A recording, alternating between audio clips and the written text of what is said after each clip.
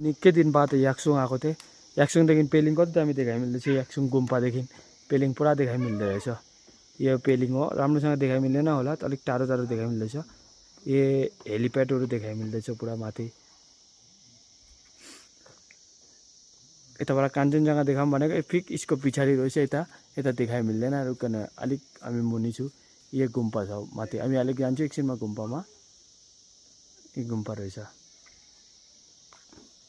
हामी यता तल होस्टेल आएर थिएँ, त्यही कारण यो होस्टेल, यही तल्लै होस्टेल रहेछ।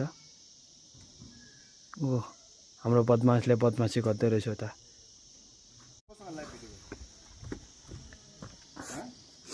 यस्तै भिडियो बनाएको। बदमासलाई हेरै राख्नु, यस्तो दिमाग छ बदमासको। आफ्नो ज्याकेट निकाल्नको लागि फुल चुटाएको, सबै अरू जग्गा आएर फुल चुटाएको। अब धुलाई बेच्छ फुल चुटाएको हो। आफ्नो ज्याकेट निकाल्नु ट्राई गरेको, आफै फेकेको ज्याकेट आफै निकाल्नु ट्राई गरेको हो।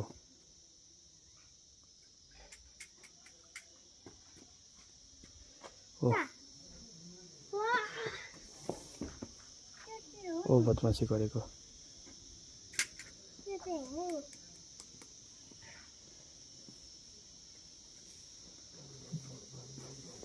आफ्नो ज्याकेट यता खिचिबिरीदेखि होइन, खिचिबिरी यता साइड पर्छ। हामी आएर चाहिँ अहिले याक्सुङदेखि पेलिङ कस्तो दामी देखाइ मिल्दो रहेछ। यो पेलिङ हो, ऊ माथिको देखाइ मिल्दैछ। यो पेलिङ हो डल्ले।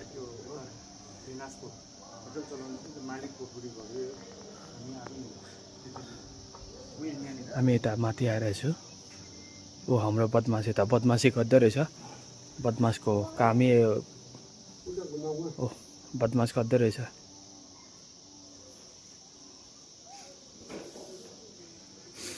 पेलिङ यताबाट पुरा राम्रोसँग देखाइ मिल्छ, कति राम्रोसँग देखाइ मिल्दो रहेछ।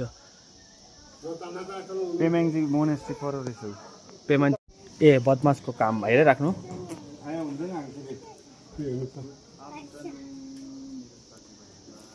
कहिले जानु 1422देखि 1425सम्म बस्नु भएको हो। उहाँको भेषण हेर्नुहोस् न, उहाँले